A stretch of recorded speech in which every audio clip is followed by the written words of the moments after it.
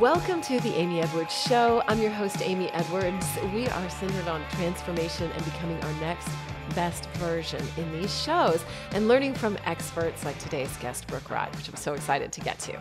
Thank you so much for being here. I am so excited to start connecting further with everyone in these shows. I want to know more about what you want to hear. I want to know how these shows are speaking to you. And we have a new link on Anchor in the show notes where you can click and send me a voice message. So I really hope to hear from people. And who knows, maybe then we'd get an extra show every week that would answer some questions, if you have questions too. I am excited to just keep connecting further this year. That's one of my goals, is to connect with you more this year, hear what you are thinking, feeling, how these are affecting you, and what you'd like to know more of. So thank you so much for showing up. Do all the things if you can, rate, review, subscribe, and most importantly, share with a friend. If something in this speaks to you, it's always so incredible to share it with a friend and then have those conversations and get more vulnerable and open up a little bit more, because when we're opening our hearts, that's when real transformation begins and we get to know ourselves even better. So thank you so much for being here. Okay, I'm so excited to welcome today's guest, Brooke Rodd. Brooke has stores here in Austin and Santa Monica. Yes. Well, one store new here in Austin. You are a designer and a stylist and an entrepreneur with a background in music and photography. And I am so excited to visit with you because having a store is dear to my heart. I had a clothing store here in Austin for 5 years, and I know how much blood, sweat, and tears goes into it. It is your life. And I think probably more so, well, any entrepreneur, I don't want to make light of any of them. They're all blood, sweat, and tears. But having a store is its own special thing. And sure is. It sure is. So welcome today, Brooke. Thank you for having me. Thank you for being here. And I'm excited too to talk because as I love your store, first of all. It's so beautifully curated and thoughtful. And I noticed in maybe an interview that you'd done in the past, or one of your tenets, one of your foundations is about effortless style. And so I thought that that was a really cool thing for us to center our conversation around today, because I wondered what effortless style means to you, because I think that people can get it as a misnomer almost, because it looks effortless and can feel effortless, but there's effort involved, right? So, always. Right, always. So I wondered if you could start off by speaking to that a little bit, and then I want to get into how your own growth has developed that in you, and how you would recommend people, what tips you would give people to find their own. Yeah. Gosh, that's sorry, that was a mouthful. It is a mouthful, and I'm trying to, keep it in order. But let's just start with effortless style. What does that even mean to you? Because like you said, it does require effort, and so that's why I was thinking, people probably get a little confused by that sometimes. Shouldn't this be effortless? I mean, ideally, it should be. Yeah. And I think that, if we just start with the basics of shopping. So much is where you go and the person who's curating it. And I think so many shops and department stores are curated by so many different buyers that it's almost head spinning. You go into these places and it's there's a pantsuit and there's, so I try to keep my buying really consistent with just casual, comfortable, and I think most importantly is money. Your stuff's affordable. Yeah, it's affordable. Which I love. And I was surprised when I went in, because I was I didn't know what to expect. I hadn't been in your store before. Yeah. I grew up with a single mom who, was not going to buy, in New York, who was not going to buy me the same designer clothes that my friends had. Were you in New York City? Where were you? I was New York City and Long Island. Okay. Yeah. So, and I had this real kind of dichotomy growing up. I had, a family in the music business, a very prominent music business family, but I also had a single mom who was working within the business and, could only afford so much for her 2 kids. And, sure. So I was always presented with people with a ton of money, and like, you know, not just, you know, Cher and Madonna and, you like know, a ton of money, like a ton of and money, 10 and stylists. Mariah Carey, and, you know, just all these people around me. And I was always in tune with what I could afford and what I couldn't. And I learned really quickly. I started going to flea markets and, you know, finding vintage coats and just kind of creating my style.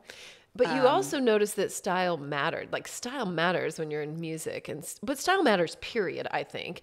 It totally But matters. like that was putting an impression on you at a pretty young age, right? Oh, it put such an impression on me, and it made me dig and just say, like, what, you know, who am I? Like, and how does my clothing style reflect, you know, my history and what, you know, vibe I want to create. Yeah. And I mean, ultimately, that's kind of how I got into clothing. I was always doing it. I, you know, worked in the music business, started photographing my artists, then realized that I really enjoyed styling them more. And, you know, and my styling was unique and affordable, and I wasn't buying, you know, designer stuff for my shoots. And it just, you know, it's a natural path. I mean, I think a lot of people think that, you know, I just opened up a store and Right. because it was like always you know, something I wanted to do, but it was, you know, like all the steps that I took in my life kind of led me there. But going back to your original, like effortless style, I think it's just really where you shop, and no, you know, having someone with like an affordable sense of style that, you know, is kind of really doing clear buying. I Makes like that all the because difference. it's almost, that translates to a lot of things. It's like this conscious placement of yourself in environments that are conducive to what you want to do. Yeah. You know, and I think we can, at least I can forget like what you just said. I'm like, that's right. Like if I'm in Nordstrom, it's overwhelming and I don't even know why sometimes. Yeah. You know, and you leave buying nothing. sometimes, Yeah. or sometimes I buy the wrong thing completely. Yeah. Yeah. You know, 'Cause I'm there's like in the just wrong too section. much There's just too much information coming at you. Yeah. Yeah. And I think that can translate almost to anything, you know, like whenever we're putting ourselves in an environment, like how do we get more conscious about our environments, you know? And that goes for everything from clothes to the people we're around. Yeah. You know, Yeah. that's really cool. It is really cool. It is really cool. And Yeah. that like it shows you so much of the value of small stores too, you know? Yeah. I mean, especially when they're, is like, you know, led by the right person, like Right. someone who understands, like, you know, the neighborhood that they're in. And I mean, that's why I selected Austin for my second my first out of state location from California. Because you have 3 in California, I right? have 3 in California, and then now the one here. And everyone's always like, why'd you go open in Austin? And I was like, have you been to Austin? yeah, well, have you been to Austin? I had not, by the way. Yeah, that's I crazy. came out here because I had a couple of customers that were great customers that kind of became friends, and they grew up here and they moved back, and they, you know, a lot of them didn't know one another, but they all were texting me saying like, there's nowhere to shop here. And like, no offense to Austin businesses. I mean, there's many, but there was something, you know, that I guess is in my stores. It's, you know, I mean, you say effortless style. I also say like accessibility. That's a word that I use a lot with my business, is it just feels accessible. It feels, you know, curated and, you know, and because of its affordability, it's not cheap stuff, but it's like well selected, good quality, you know, a lot of it designed by me. And it just, you know, people go in there and they're like, oh yeah, this feels right. And that just comes down to like knowing your customer and knowing Yeah. what you would buy. And I mean, a lot of times I buy things that I would never wear, you know? I mean, Do you? I Because do. I felt like when I would do that in my store, it didn't really move. I felt like it was always like it wasn't my voice, Yeah. and it would just sit there. And finally I was like, you know what, if I don't, even if it wouldn't suit my body or something, if it's something that I really like, then that's the direction I would go. But it was, boy, was it a learning process. So that's really interesting. Yeah, I mean, because I have to sometimes, like and that comes down to knowing your customer, which is something I'm still kind of learning in Austin. I'm like, trying to kind of figure out exactly, we're not as California. No, it's not as California. It's different. Like some of the like more boho dresses that kill it in California, like just don't fly. Are they just here. sitting? Yeah. And I'm like, I'm going to be shipping those back to LA. That's funny. I feel like I need some boho dresses. I was like just thinking that really like yesterday. Yes. Okay. Yes. Well, come in because there's still plenty. I will. Especially in the summertime. Yeah. I'm also a summer person. So the hardest thing for me as a, business owner is like trying to tone down my summer vibes a little bit. Like I can do winter. I'm a New Yorker. I could totally do it. But like, I like that, like that coastal cowboy thing is just sexy and fun and low key. And, I like to bring out like the fun in people and make them realize, that's why there's so much color in my stores. It's, if you look at the section of black stuff, it's always very small. Here I am in my full black jumpsuit. Yeah. But, and I wear a ton of color. But I haven't seen you in black before. I've seen you a few times. Yeah. And you were in color. In color. I'm usually in some kind of color. Yeah. But I feel like there's a way to do that and integrate it. And that's often the first comment people make is like, your store's so colorful. Like it feels so good. And it does have a good feel. That's what I've been trying to create. And, one of my stores in LA is called Fun. It's a lifestyle store. No, I didn't know that. Yeah. Oh, okay. I saw some things that said fun, but I didn't know. Yeah. Okay. Yeah. And it's, it's just fun. There's humor in there. There's sex. There's, books and candles and Palo Santo and, things that just feel calming and happy. And, that to me is a shopping experience that I never had. Like shopping for me was always dreadful unless I was at the flea markets. Like the Chelsea flea market for me was, my life. And I went every weekend and I still have my collection of vintage coats. Oh my God. Yeah. And I remember that feeling of just like searching for that perfect piece. So I try to make like every selection that I make just, that's such a special cashmere sweater.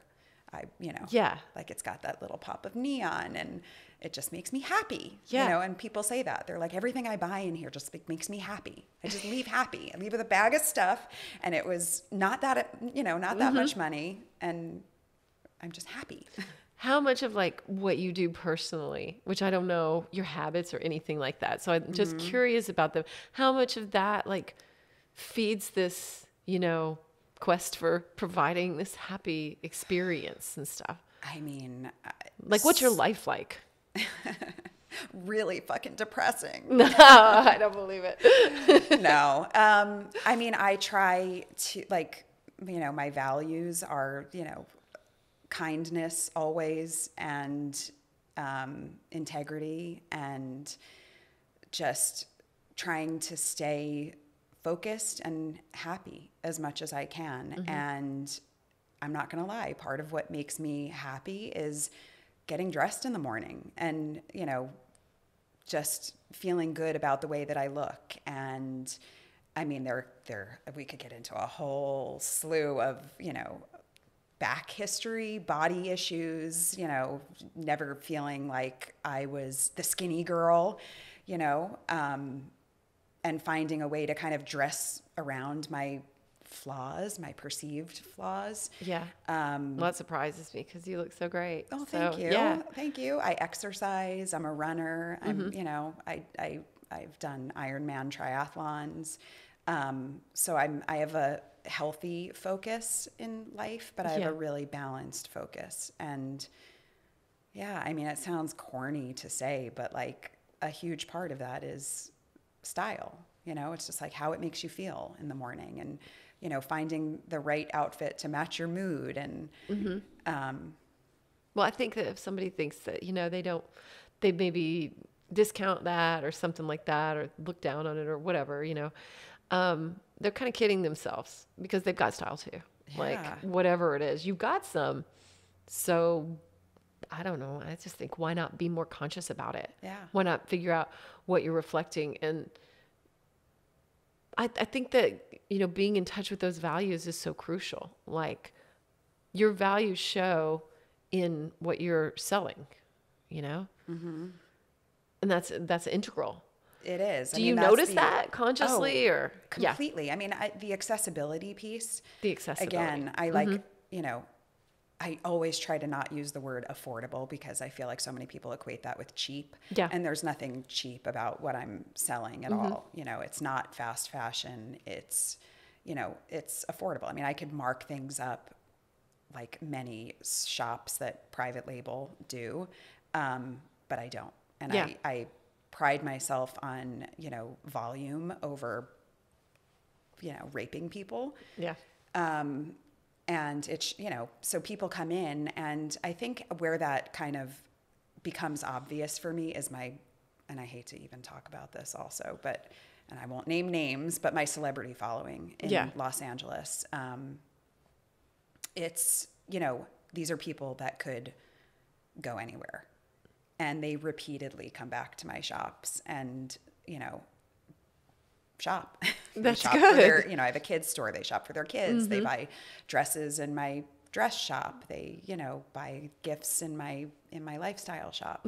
But there's something, even when someone has all the money in the world, there's something about like feeling like, oh my God, I just got a good deal. And I think that's how you keep like the happy vibes. Yeah. I mean, there's nothing worse than going into a store and finding a great dress and walking out and being like, right, I just spent $400 on a dress. Oh, I saw one here in Austin and I was like, that is so cute. It was like $800 and it was just this cotton dress. And I was like, no, It doesn't feel good. No. The worst is bikinis. They get like so little material and so much money. You're just like, how are they getting away with that? I keep my bikinis like in the $78 range. Okay. Instead of the $200. And for by both the way, pieces full or confession, per piece, per top. No, for the whole like thing. $38 for the top, $38 for the bottom. Awesome. Yeah. Okay. Good. What were you going to say? I was going to say, I confess that I just bought a $200 bikini on Sunday. It happens. I came out to Austin and I saw the weather and I was like, I want to go sit by the pool. And I forgot my bathing suit. I bought a really hot gold. I'm going to Hawaii soon. So I was like, I'll wear this. Yes. But I mean, it was it's like gold? one of the gold. Hell yeah. Yeah. Gold metallic. But I definitely walked out with like that, like buyer's remorse, going like, so little. Well, yeah, because you're paying even less because you're owning the store, Well, I know the cost. I know. I know the cost of that bathing suit. So, yeah. Well, let's talk for a second about designing. So you said you design a lot of stuff in there. I knew you were a designer, but how much of that, like how much are you doing for your store, and how much time do you spend on designing? It was always a dream of mine. I mean, and whatever, I'm not dead yet. Yeah, so you're not. yeah, but I couldn't. Okay, great. I mean, like I would love to. Yeah. And with my store, it was always something I really wanted to get into, but I couldn't quite find the time or didn't make the time. I didn't even have kids then. What was I talking about? Right. The busier your life, this. Yes. The more time you somehow find. People are always like, how do you do all of that? I'll get back to your question. No, it's about true. Designing. But people are always like, how do you do all of the things that you do? And I'm like, I have to. Like, I don't have, a big, family fund, supporting me. I don't have a rich husband, I never did. It was out of necessity, and then once you get the ball rolling, I think in life, you're like, oh my God, I can do anything. Oh, I love that. Like, I can do there's anything. this saying that's like, you give someone who has 5 things to do one more thing to do, and it's like overwhelming. Right. But if you give someone who has 100 things to do one more thing, they're like, Whatever. What's one more thing? Okay. Easy. Yeah. I fall short in the tedious like paperwork department though. Like that's where I'm just like, That's oh my God. weak spot. If I told you how many late fees I have just for sheer procrastination, like I have to pay my sales tax to the state and the website stresses me out. And so I'm just going to avoid it. And then, I go on and I'm 24 hours late and I have like a $600 fine. Oh, damn. It happens a lot. Damn. So I'm far from perfect as a business person. Why do you think that is? I think I'm a little bit of a Luddite. Like technology freaks me out to some degree. And I find these, like I say this a lot with a lot of things. Like if I could have created that website, it would be so easy and smooth. And, but like some of these websites are just complicated and I just get nervous and, I do too. I'm the exact same way. And I also don't like to ever look at my finances straight on. Oh my God. Like, even though like I have a general idea of how much money I have and my businesses are doing well and I'm like, okay, I feel good. But sometimes like really looking at numbers or, stresses you out. And so you kind of want to shove it down and put it out of your head and be like, living in. I've done it for too long and I'm having to like force myself to think like to step outside of it a little bit and just do it and know that it's okay. It doesn't have to affect my happiness, my mood, my stress level, whatever. It's really challenging, but I've been in this mode of doing that for, I don't know, the last 6 months and facing it all. And man, it's tough, but I know exactly what you're saying. And once you've done it, you feel great. You feel like that's a the thing huge too. I'll weight put it lifted off off your shoulders. Yeah. You're just like, oh my God, thank God I did that. Yeah, I'll put it off for months and then I'll Me do too. it. And then I'm like, oh my God, now it's checked off my list and I feel better. Yeah. There's nothing better And it than pisses like me checking things off a list. Yeah. And I'm a list person. I did it today. I was like, why am I resisting looking at my bank account? And I noticed it and I was like, okay, I really don't even want to open it up and look at it. And I did. I forced myself to do it. And then it was fine. And it was fine. Yeah. It was fine. But I don't know what it is. Like, I don't know if it's my worthiness or this. I don't know. It's like I feel like I'm not smart enough or I'm not going to get it or I'm not going to, I don't know. Y'all, I have started using Higher Dose products, and I am such a fan. You know I don't put anything on this podcast that I am not 100% completely behind. And I have a special discount code for you for all Higher Dose products. I'm so excited. If you don't know, Higher Dose is a wellness company. They have wellness tech products, they have tools, they have supplements, and they have body care. They have so many things that are hot right now too, that are really biohacking and up-leveling our lives at home, which is really cool. They have an infrared sauna blanket.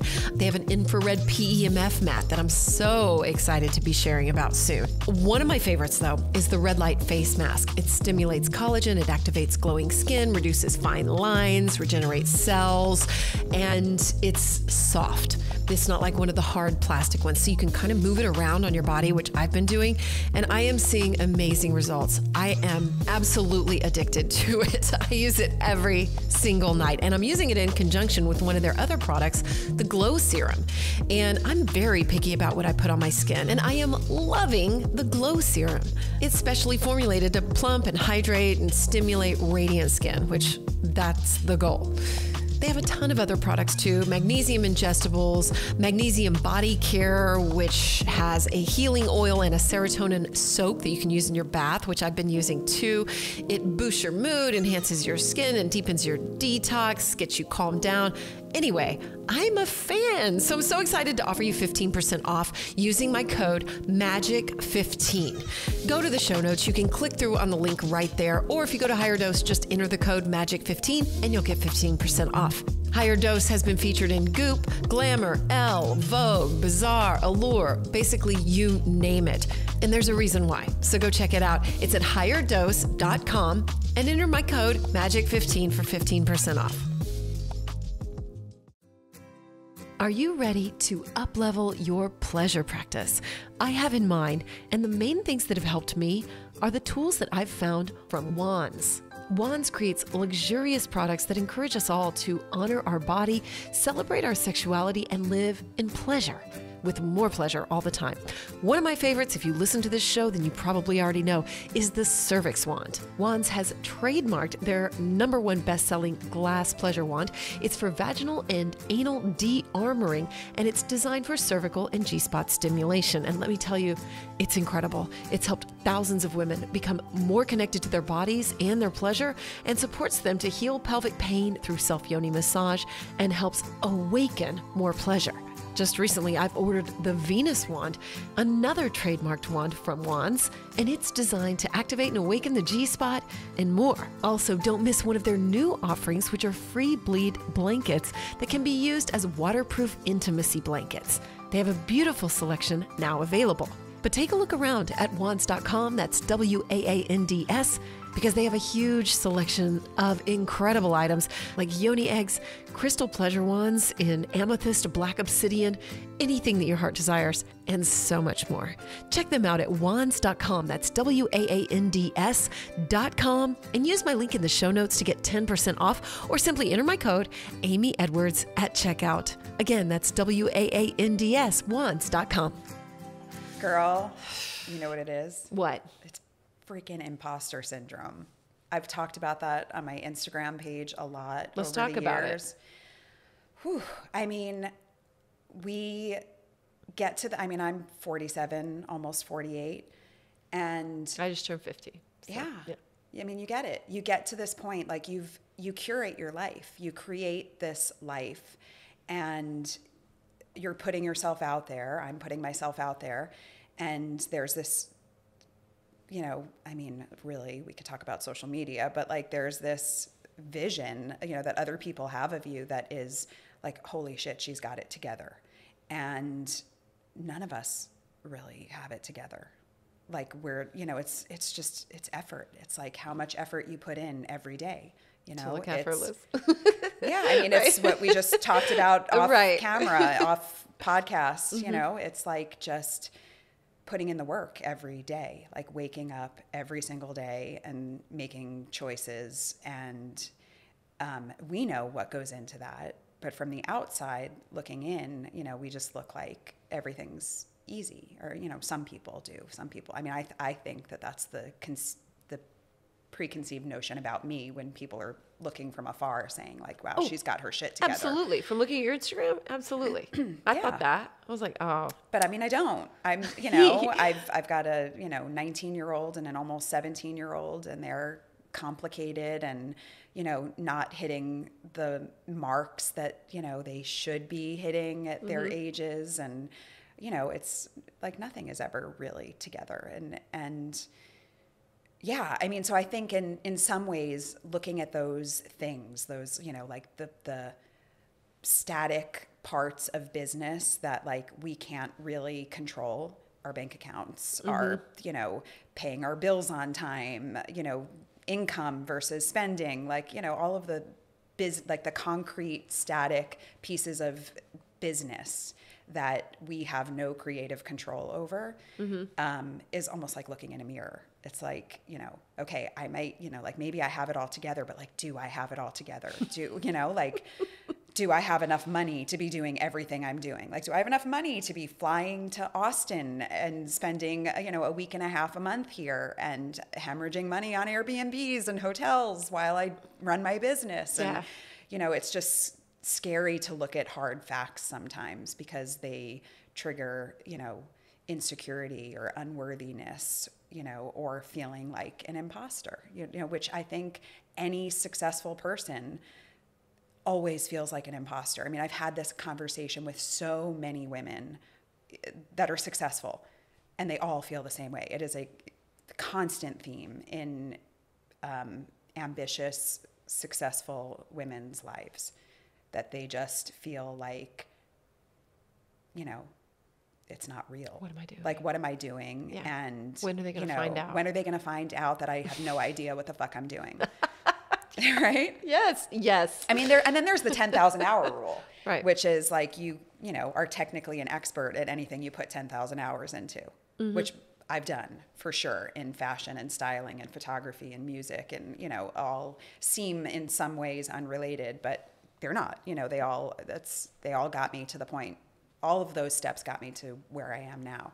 So I've put in way more than 10,000 hours. Do you so feel I like an should expert? be fairly confident. Yeah. Yeah. I do. But I yeah. still feel like an imposter in some ways. Yeah. You know, and that's my own stuff because I'm, you know, all these shops, especially in LA, are like, you know, they all carry the same brands and, Oh, you yeah. know, like they're higher end brands and it's Ula Johnson and, you know, all the, you know, coveted, you know, brands that I know what you're people, talking about. yeah, All the things like that that intermix, vibe basically. and Yeah. all the things that intermix. Yeah. Yeah, exactly. And they're all the same to me. And, you know, I carry a lot of like off-brand garments, but I know that I'm an expert in the touch and the feel and the cut of a garment. And that comes from my history of designing things. But I also know like I'm not feeding that customer. But what makes me feel like an expert is when that customer who shops in those places converts to my store. Yeah. And then they're like, oh my God, you know, Yeah. I feel great. I look great. I love the style in here and I'm spending so much less money. How much of this imposter thing that we struggle with do you think is about us being women? Like, do you notice that? I mean, you're in a women-centric business essentially, but still, I don't know. I guess I was thinking about it because I was thinking while you were talking 10,000 hours, I was like, I guess I probably accumulated 10,000 hours behind a mic, you know, between radio Yeah. and podcasting and music. And so I thought, yeah, I do feel like an expert in podcasting. I do feel like an expert in this, and I feel like it's my flow. But I struggle a little bit because I look around at like many of the top podcasters and many of things. It's men. It's a boys' club, a lot of it. And although every time I say that, I guess I'm perpetuating it. So I should probably cut that out of my vocabulary. But anyway, I just do feel like, you know, some of it is ingrained in me as a woman somehow, like that I'm not as capable as a dude who's going to be able to figure out the tax forms online. And, you know, like, I don't know. I think I just have my own mental hangups about it. I mean, you wouldn't be the only one. Yeah. I don't feel like that's an issue for me. Good. If I'm really honest. I don't really ever, I feel like I'm much more fucking capable than most men. Well, that's the funny part, right? I we mean, are, I bet. you know? Sorry, man. Sorry. I mean, not all men. You know, I've No, definitely sure. met some men that I'm like, oh, dude, that guy's got his, yeah, it's not even like having your shit together. It's just like, you know, they'll, you know, I don't know. Women are uniquely capable of handling a lot at once. And so I try to kind of stay focused on that like I have my own unique abilities and, you know, I can smoke most men in most tasks. Yeah, fuck yeah. Yeah. Some of that's being a mom, too. We start to realize, Oh, like, yeah. I can We're so capable. multitask better than, you know, anyone. I almost have to multitask sometimes. Yeah. You know, like, it's like if I'm just doing one thing, I'm like, whoa. But I know it's better for me. Yeah. Do you do all the buying for your store? I do it all. Just you? Just me. Wow. Yeah. Yeah, I do. Congratulations. Thank you. It's a lot with 4 stores and 4 different categories, really 5 if you include jewelry. It's a bunch of different shows. But I mean, I would never, like my brand is my name. So, you know, I've been approached over the years by various employees or, you know, outside buyers who are like, hey, you know, I'd love to start doing the buying for you. And I'm like, you can go and open your own store. Right. Put your name on it. Because, like, it's not my store unless it's me doing the buying and the designing and, you know. Was it a push for you to name it yourself? Oh, well, I mean, there's a story there. Tell me. Because I did that with this show, too. Yeah. Same thing. For legal reasons, I can't go too deep into this. That's okay. But Whatever I you can had, say. a lifetime friend who I started my first original store with. What year was that? That was in 2014. Oh, okay. Yeah. And it was in the same location that my first original store is now in Santa Monica. And we had a falling out, and it was, ended up in a lawsuit. And oh, man. it was named something else. And I won the lawsuit. And when it was over, I had to, I reopened my store. It was closed for about 5 months. And wow, that must have been a crazy, tough time. It was. What a tough thing to go through. It was the worst. Because you start a store with somebody or a business with somebody thinking, yeah. Yeah. Yeah. It was disastrous. Oh, I'm sorry. And, ended, this is a, family friend from, the youngest age. And, it caused a big riff in, our whole family. So it was devastating. But when it was time to reopen, I thought of all these other names and making logos and, my clothing brand at the time, which was how I ended up opening a store, was that I had this clothing line, was my name. Mm-hmm. It was eponymous. And I was like, okay, well, this is it, and I struggled with that more because I was concerned about what other people were going to think of me. Like, were people going to think that I was just egotistical? Because my name's on the door, and it was in my neighborhood where my kids go to school, and it was here I am. Hey, everybody! I love myself so much that I named my store after myself, and you all can carry bags around with my name on it. And at the same time, like, I wasn't. I wasn't Tory Burch. Right. So it was like, and I was designing some stuff, but I was also curating. Mm-hmm. So it was like, who do I think I am? But I knew. That's that imposter. It's the imposter syndrome. Yeah. Like Tory Burch is, had a super rich husband and came from a, moneyed family, and she started her clothing line, and, she has 150 people working for her. And, I was like buying stuff from other lines and also mixing my line in. And, it was like, who do I think I am? But then then social media came around. Like Instagram wasn't really a thing when I first started my business. And then that came around, and then people expressed interest in knowing who I was. And,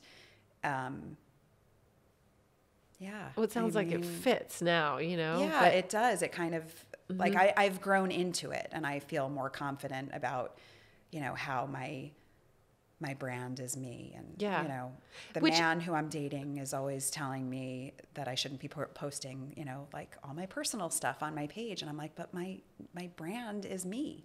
Like, they are there because they're curious about who I am. What, this stuff, like, where, how did I get here? Mm-hmm. How was I, a music photographer and a fashion photographer, and then all of a sudden opened a store? And, that name part is very encouraging, and because I did the same thing, and I had 2 different podcasts before this, and I didn't use my name. I named them something else. I had a store. I didn't name it my name. I had a partner though, but I just, I had to, like, sit with myself and go, well, should I name it? It is me. It is my heart. And it's your heart. Yeah. And so I had to just sort of not think about it anymore and go, no, that's the right thing. And I'm going to do it. And this is what I want to do for my life. So I'm going to call it my name. And it's just, I don't know, it's just been a push. Yeah. And it was an interesting bit of self-discovery, I think, like just like you expressed. Yeah. Uh-huh. It's been, I discovered myself more in the last almost 10 years of, owning my shops. Yeah. Than I did at any other point in my life. It's, you put your name on the door. Yeah. You're like, what am I putting out there? And who am I influencing? Like, what have you discovered about yourself? Well, I've discovered that, like the things we talked about, that the things that are important to me, like accessibility and, kind of sticking with my core values. Did you sit down ever and, like, write out your core values? You've done all that? Oh my God. Yes. I worked with, a friend of mine, Amy Johnson, who is a, life coach. And, we tirelessly sat there, like, writing my core values and, kind of going through it and thinking about it. And it was, in a way, it was deeper than like my therapy sessions, because I had to think about it. And the imposter syndrome conversation with her came up a lot. And it was like, how, like just writing a bio. It's like, how do you talk about yourself? How do you think about yourself? I had to think about all of that stuff. So, it's easy to just shrug it off and go, I don't know, or I'll do it later or whatever. Yeah. But forcing yourself to sit down and just look at words and think what matters to me is such a cool thing to do for anybody that hasn't done it. Yeah. Yeah, it really is. I think about that every time I'm like at a show and I see this great line of clothing. Really? That's like, the dresses are, $120 wholesale. And I'm like, I love it, but I'm like, I'm not doing that. I'm not gonna do that to my customers, because those are not my values. Those are not that's not what I do. That's so much. Or a great line of denim that's like, $400. Dude, denim is getting crazy. Oh my God, it's so expensive. And by the way, they're all made in the exact same factory by the same 5 factories are making the same denim, unless it's like cut and sew and, super No, I believe it. high end. But, I believe it. Most of it is all coming from the same place. And it's just who's slapping the label on and who has more money to, do a better marketing campaign and a fancier website. And where are the clothes that you design made? Los Angeles, downtown Cool. Los Angeles. Yeah. So I'm not making as much as I used to. When I first opened my shop, I opened it because I had, I did a reality show on the Sundance Channel. I wondered, because when I was researching you, I found something on IMDb and I didn't know what it was, but I didn't find that. So, yeah. Oh, well, how was that? Oh, fuck. I mean, that was an eye-opening experience. Yeah. On Sundance. Okay. Yeah, it was on the Sundance Channel. It was All on the Line with Joe Z. Yes, that's what I saw. Yeah. All on the line. Okay. Joe Z was the head of Elle magazine for years, and Okay. I think he went on, he left Elle because magazine life is not what it used to be. And No. I think he was like on the Today Show or Good Morning America, one of those. I don't know what he's doing now, but yeah, he was, he's a big guy in the fashion world. He's very well respected, super fun, energetic, nice guy. Yeah, and so this was like, I don't know if it was a few seasons in when I got cast on it, and they select, designers in Los Angeles, and they follow them. It was me, Nicole Richie, a few other, people at my level, but Nicole Richie was, Cool. the biggest one of us. And they followed us around, and, the premise of the show was helping a struggling designer to, get to the buyer of their dreams and get to the other side in fashion. And Josie comes Nicole in Richie and saves isn't quite the day. struggling designer. She was not struggling. She had House of Harlow already, Yeah, and it was doing incredibly well. But it was all, about Joe coming in and saying, like, this is what you need to do, make these changes, and then I'm going to introduce you to the buyer of your dreams, which, by the way, is conveniently predetermined by the production company. Of course. Who they're going to introduce you to. So I was informed that the buyer of my dreams was Zappos. And at the end of the show, you either get the buy or you don't get the buy. But, you change your line.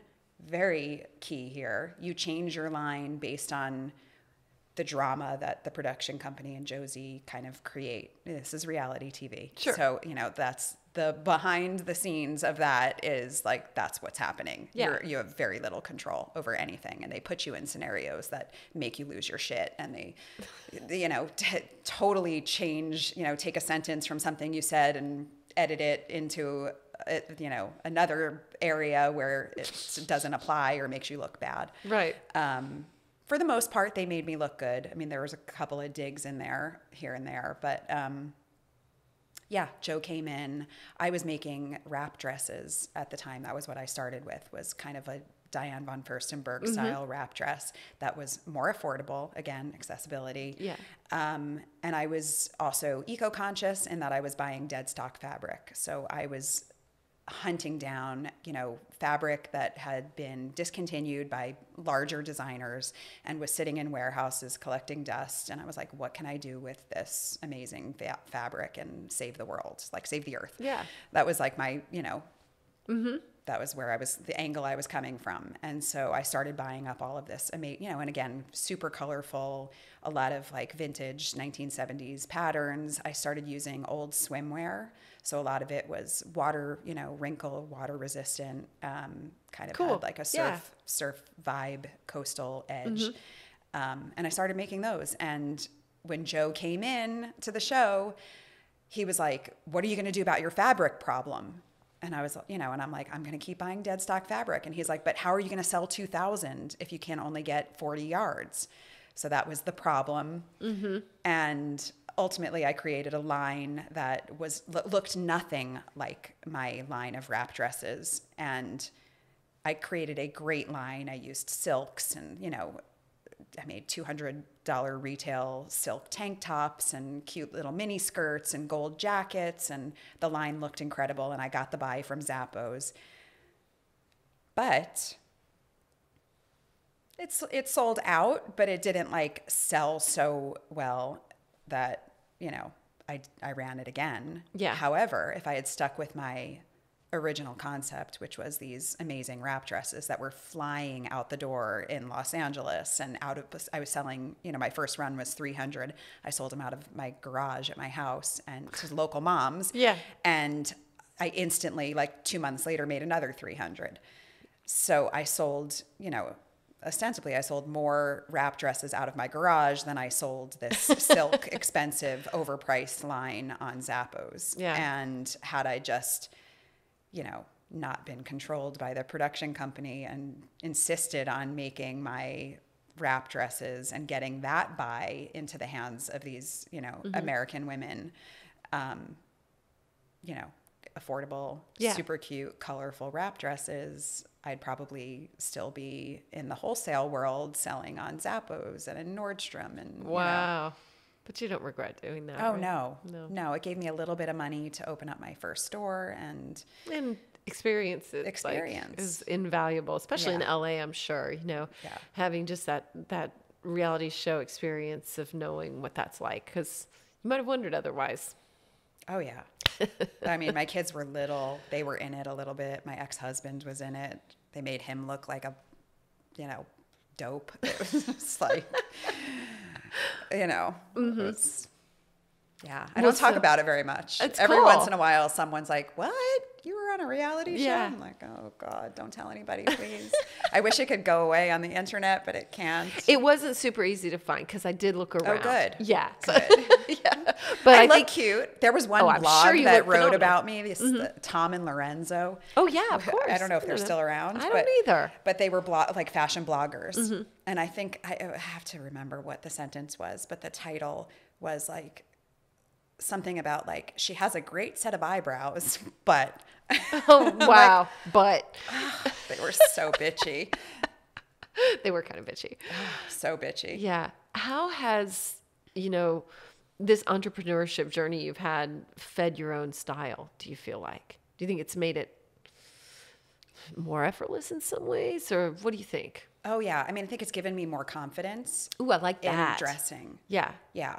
Well, you've gotten older too, so it's like those things converge, and so you are getting more confident just with the age. At least it seems like. Oh yeah, I'm so much more confident than I was even 10 years ago. Confident. And, were you still feeling some of those body issues and stuff even 10 years ago when you started your store? Oh yeah, I still feel them now. I'm Italian heritage. I'm curvy, I'm bigger on the bottom and smaller on the top. And, ask my friends, it's rare to see me in pants, like jeans. Today. A jumpsuit. Yeah. Today. Yeah. I'll do jumpsuits, but like I usually wear dresses and, I accentuate my upper body and kind of make the lower part. I mean, we all have things we do. And, it's still an issue for me. It always will be. One thing that helped me when I had my store is I feel like I had been kind of hard on myself and my body. But seeing so many people try on clothes and be hard on themselves had a positive impact on me. It made me so much more forgiving because they'd be bitching about a part of their body and I would be like, you look freaking you beautiful. literally look great. I know. And P.S., no one is staring at your thigh that long. You know, like no know. one is like I know. that honed in on any part of your body except maybe your husband, and he probably thinks you look great. Yeah. So it just had this effect on me that totally surprised me, and I got a lot nicer to myself. Not that I totally am, but it did. Have you noticed that? Like you become 1,000%. I mean, I see it all the time because you're constantly, looking at people, trying on clothes and being like, oh, I don't like my arms in this or whatever. Well, and you're even when they don't say anything, I find that, I shop for women of most sizes. I mean, I would love to get into the plus size world. I know it's hard to carry everything. You can't, no one understands what is behind that. It's just, it's a separate buy. It's you have to go up to a size, 22. And do you have that customer? So it's like, you want to carry for the size 16, but not necessarily the much bigger sizes. So it's just, and you're forced. And you how have much to buy it space- all. how much And then space do you have in your store? Yeah. I mean, there's so much that goes into that, but, seeing women come in and not even being self-deprecating, but just, seeing a woman come in and try on jeans and she's bigger than me on the bottom. And I look at her when she comes out of the fitting room and I'm like, those look awesome on you. And then the next pair she tries on, I'm like, I like the first one's better. And the flip side of what you just said, to the self-deprecating woman is the really confident woman who is bigger and has a big tummy, but you see her try on the jeans and she loves herself. And she's confident. And I see that almost more than I see I love the that. woman who is the woman who comes in as self-deprecating. I'm just like, oh, get the fuck out of here. Like and by the way, they're usually like the skinny girls, who are like, I don't like my arm. Those women, I'm just like, stop.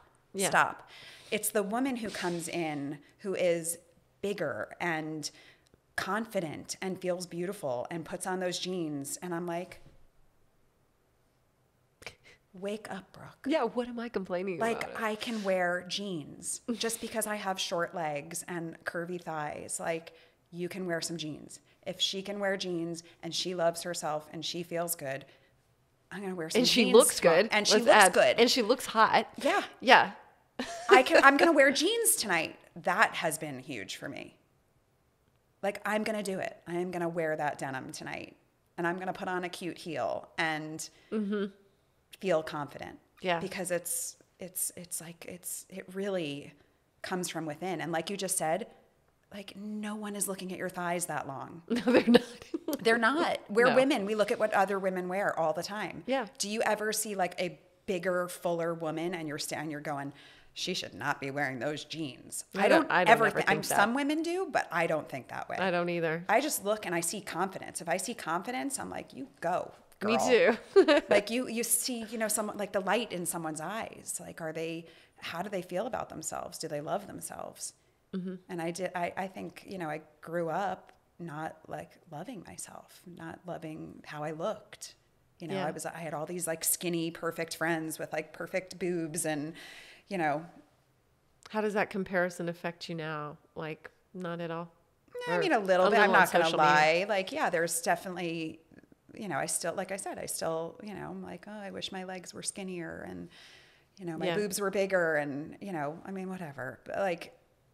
But on a day-to-day, I don't obsess over it. And, I certainly, as a parent, was super conscious of never talking like that in front of my child, my daughter particularly. At least I have two daughters, so I like to think that I haven't talked in front of them that way. But the other day they said, oh, Mom, you're so hard on yourself sometimes and how you look and stuff. And I was like, shit, what are they hearing? What am I doing that is cluing them in? So I got a little mad at myself. Well, your daughters are a little older now, aren't Yeah, they? they're 13 and 17. Yeah. So you still have to be a little more careful with the 13-year-old, but yeah, I mean, we all do it sometimes. Yeah. I know I've definitely said to my daughter, thank God you didn't get my legs. Uh-huh. So we say it in our own ways, Right. know. But I've definitely seen those mommies too come in to the store with their young children. And, you know, I've heard them say like, you look a little chubby in that. I've heard it. I mean, Never. any of my employees would tell you they've heard it too. It's painful to witness, Yeah. you know. No, that makes me sad. Yeah, I mean that's a whole other. It's a whole We other could thing. have a. Yeah. I could have a field day talking to you about that stuff. Yeah. But Well, yeah. if we were going to talk maybe some keys to style, I think that two things that you've mentioned are you're conscious about your environment and where you're going and where you're looking and buying, which I like that a lot. And another one that I've heard is confidence. Yeah. Just then. Yeah. Just like get confident and find.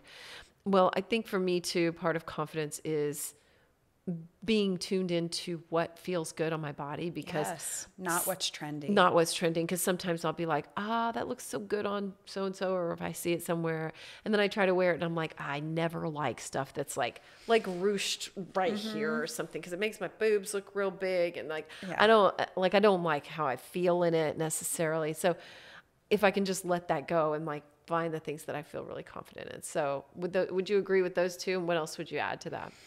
Oh boy. I don't know what else I would add. Those are two biggies. I mean, those are two really big ones. I feel like confidence is everything. It's, you know, I mean, maybe it's just like knowing your strengths and, I mean, like style strengths, you know, like what, you know, just if, you know, you look best in black, just, you know, stick with your black. Or, I mean, that's just like so basic. And I know you're looking for a deeper answer there, but I mean, the more I think about it, I just think confidence is everything, is, you know, just loving yourself and wearing things that make you feel good. And whatever that means, it's like avoiding the trends, you know? Yeah. I mean, I think there's like that element of getting in touch with what does make me feel good. And I have like things in my closet that I'll put on and then I'm like, and I take it off. And now I've just gotten to where if I take it off, if I've taken it off over the course of owning it, like almost every time, I'm like, what am I doing with this still? Get rid of it. Get rid of it. Get rid of it. Yeah. Do you purge a lot from your closet? Ask anyone who knows me, they would all back this up. I have, like, my closet is, I have one closet, super tiny, can't even walk into it. It has 2 bars, about maybe 5 feet long, and that's it. I have very few articles of clothing.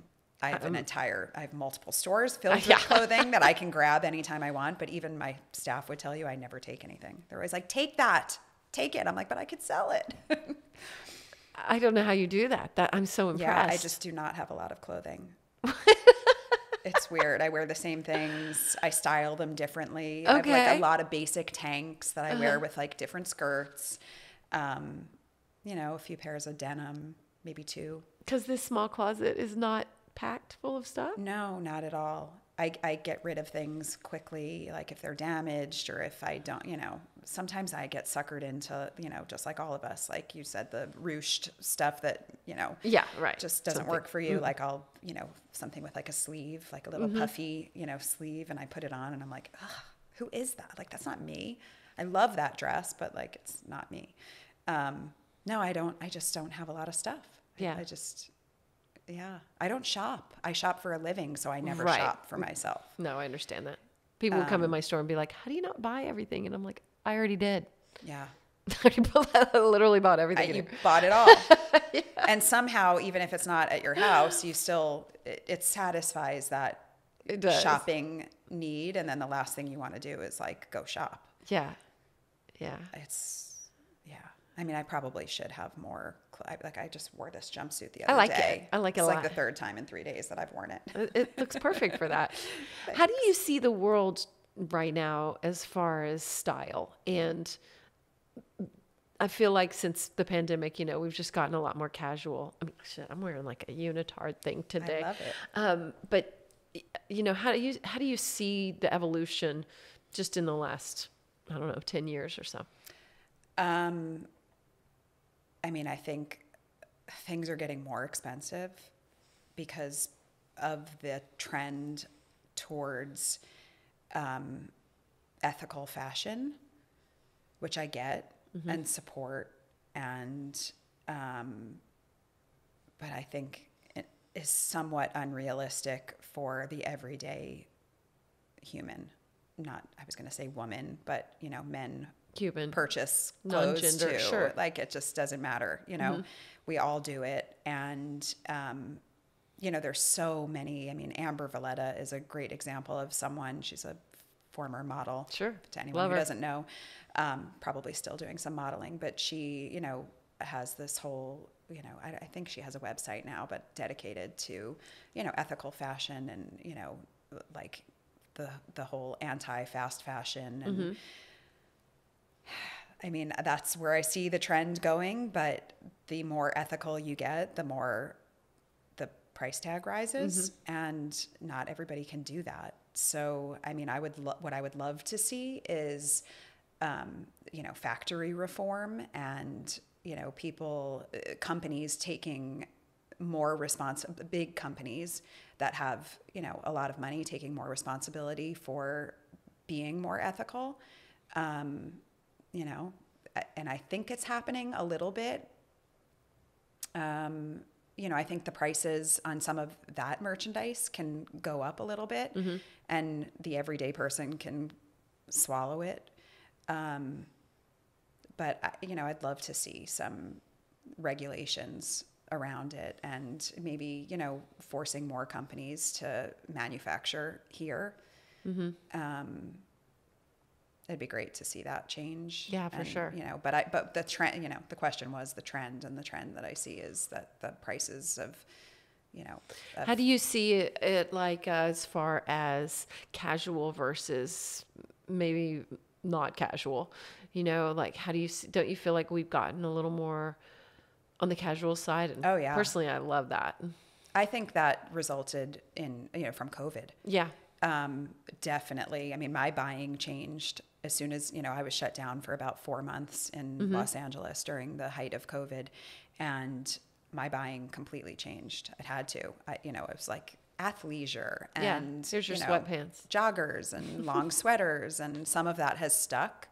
I'm noticing that like there's a much bigger trend towards like just, you know, leggings and let's be comfortable. I wonder if the pendulum's going to swing back the other way. It seems like they always do. It seems like it is already. Really? Yeah. You think yeah, so? Yeah. Think There's definitely more people, you know, people are going to weddings again and events. And so it's coming. Yeah. I don't think people are ever going to get, you know, we're not going to be as buttoned up as we were, you know, once upon a time. Yeah. But, that's kind of what I was wondering. Nah, I don't think so. No. I don't think so. Well, what do you want to leave people with today as far as like your thoughts on effortless style, or if anybody, I don't know, was just looking for your guidance? Oh, what do you think you gosh. would leave them with? My guidance. You're an expert. I guess I am an We know expert. that. We know that much. I So, would just tell people to kind of know who they are and love themselves fully, accept your flaws, knowing that they're probably perceived and not really thought about. No one really thinks about you more than you think about yourself. And to have fun with your clothing choices and not take it so seriously. it's same as life, But right? yeah, but To have a like little stay more fun. true to yourself and wear what you love and wear what you feel good in and own it, you know? Isn't that funny that like we go for like style tips or fashion advice, and it's all about this inner work? It is. It's I like mean, we're talking about outer stuff, and it again, it's just this right here. there's so many style bloggers out there who are like, this is what you need for your vacation, and this is, you know, what you should pack. And you could wear Pack your confidence. you could wear a, you know, Indian muumuu, and if you're feeling good in your heart and you're a kind person and you love people and you know, are good to the people you love, and you're genuinely happy, you're just going to shine. Cute pair of sunglasses, nice, cute flip flop, go on your vacation and wear your muumuu. In which case it's all an accessory to who we really are. Yeah. I mean, That's all it is. It is. I mean, you just said decorating. it. I'm wearing a, unitard and a sweater, but like, you're happy. I am. Yeah. The light shines from your eyes. Well, so, thank you. yeah. And your hair looks really good. So. Well, even with the I'm headphones gonna give a shout to Tiffany at Collective ATX, and so they're like headquarters for really good extensions, and they just did mine, and they're just phenomenal. So yeah, wow, I know. I didn't even know those were extensions. I know they're good, right? I want extensions so badly. That's where to go. So huge shout to them. Okay, Collective. that's good People to come know. in from all over, apparently. Really? Yeah.